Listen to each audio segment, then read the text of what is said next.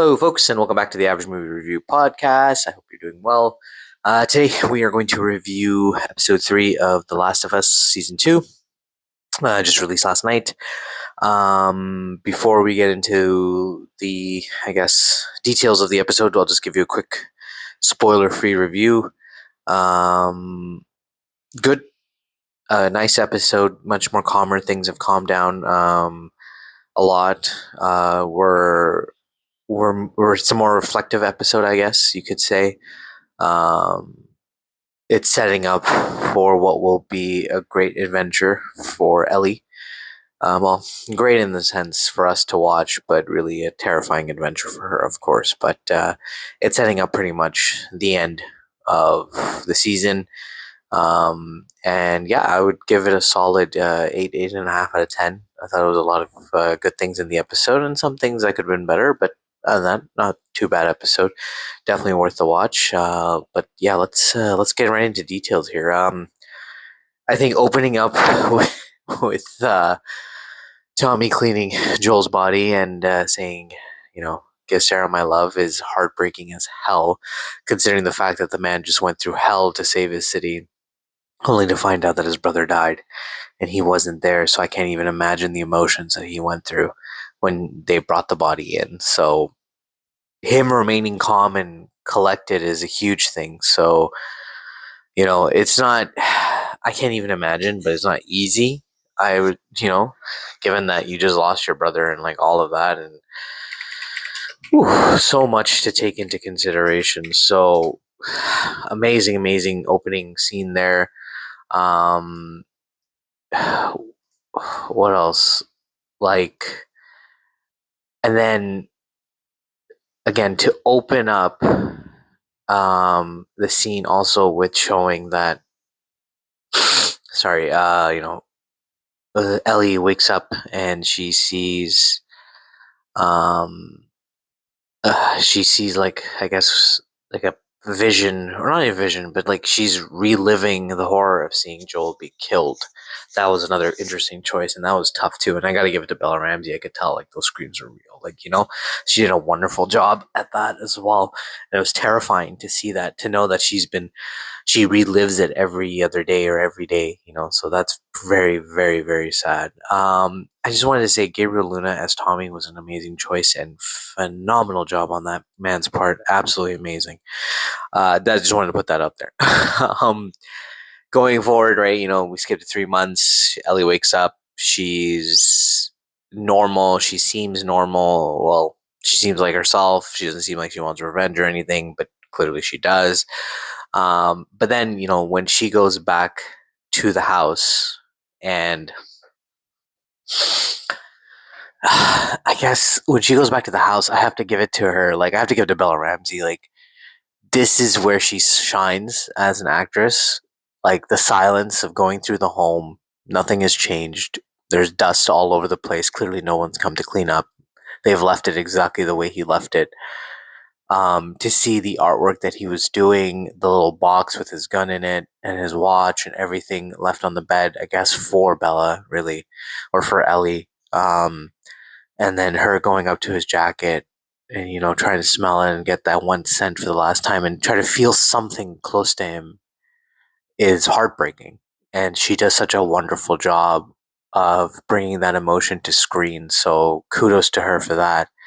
However, I will say when she's solo Ellie, I think she's the best. But when you pair her with someone else, I don't know why, but it just feels like the other person always outshines her. And that follows up literally in the next scene where Dina shows up.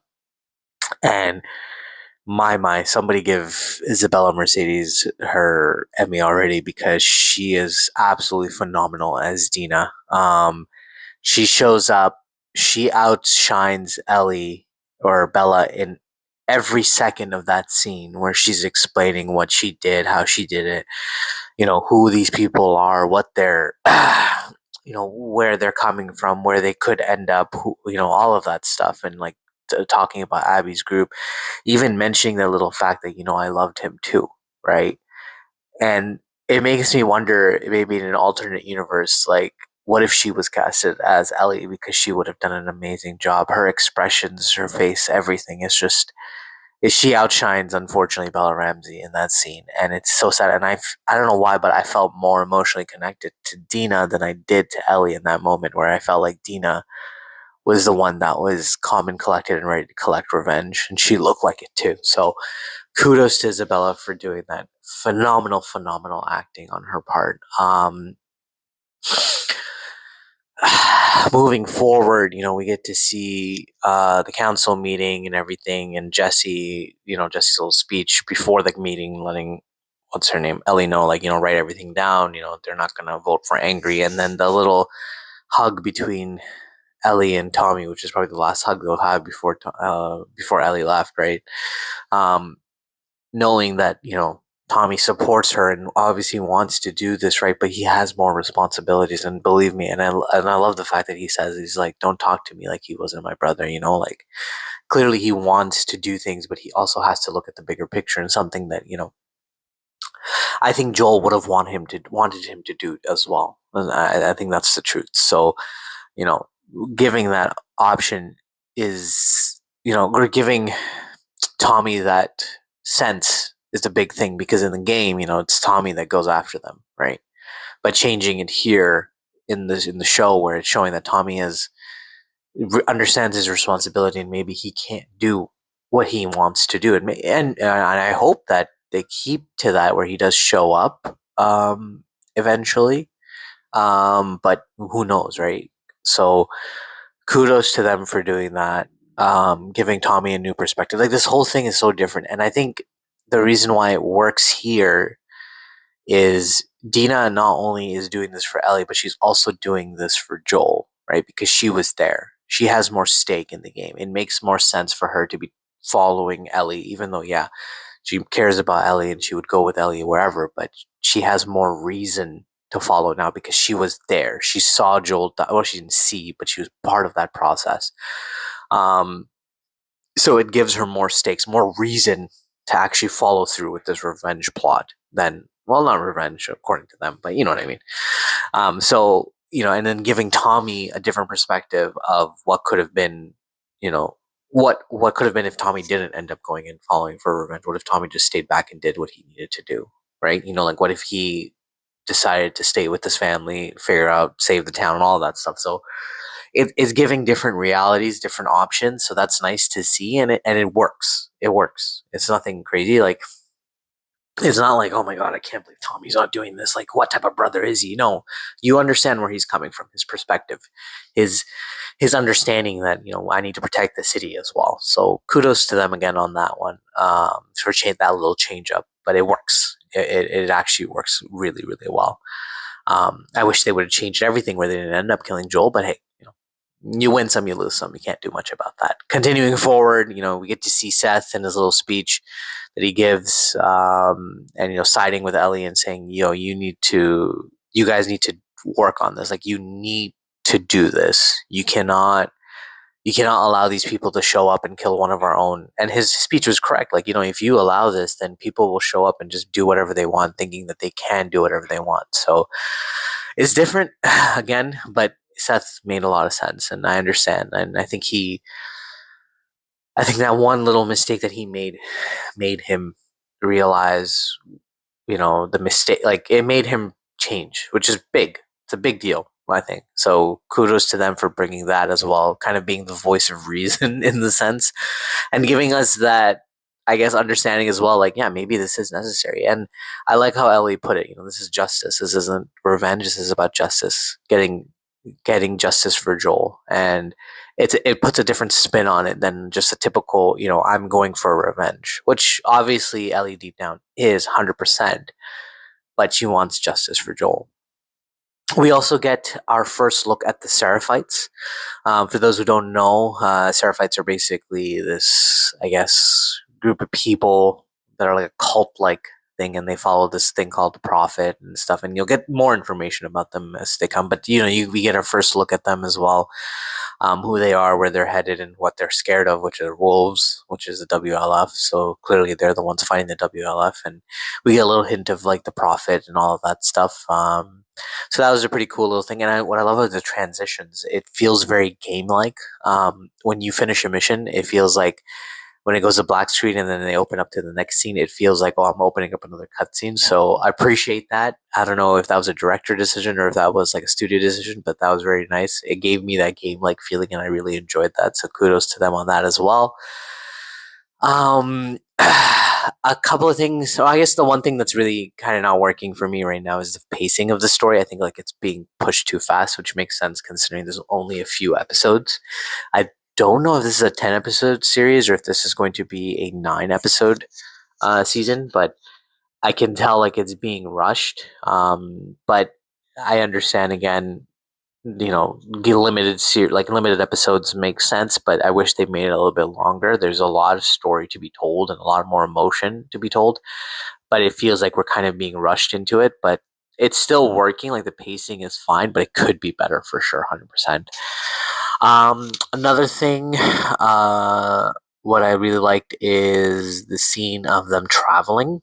That was really good. The different locations, the way that they travel, it was just beautiful to see. I don't know if they, I'm hoping that they shot that in real life. That was done on location, and if they did, it looks beautiful. And if it's CGI, once again, beautiful. Holy crap! It's just amazing, amazing CGI on their part. Like it if this was truly CGI, then all I have to say is that there is no excuse for big budget movies like Marvel and stuff like that, or like Marvel movies, say DC movies, or any movie really, particularly that is being made, that they can throw out the garbage that they've been throwing out recently in terms of CGI. Because if that was CGI, then that's amazing. And if it's shot on location, then you need to shoot more on location. That's just it. It does. If it costs a little bit more, it costs a little bit more, but it's worth it because the visual aspect of it is just so pleasing. So kudos to them on that. We get to see the WLF at the end of the episode. Manny, first target. I believe he is the first target in the game as well. So you get to see him, and we know that next episode, most likely, he will be dead. So that'll be a fun little thing to see, I guess. We'll get to see him fight Ellie and see how far Ellie's willing to go. We get to see WLF at full force, so that's exciting as well. And then that was the end of the episode. Again, solid episode, 8.5 out of 10.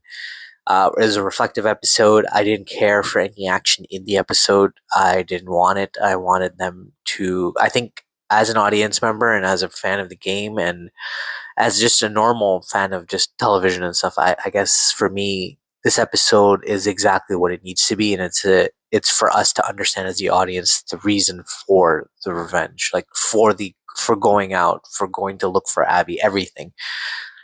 We need to be able to resonate with this character, and I think they did a wonderful job for us to resonate with them.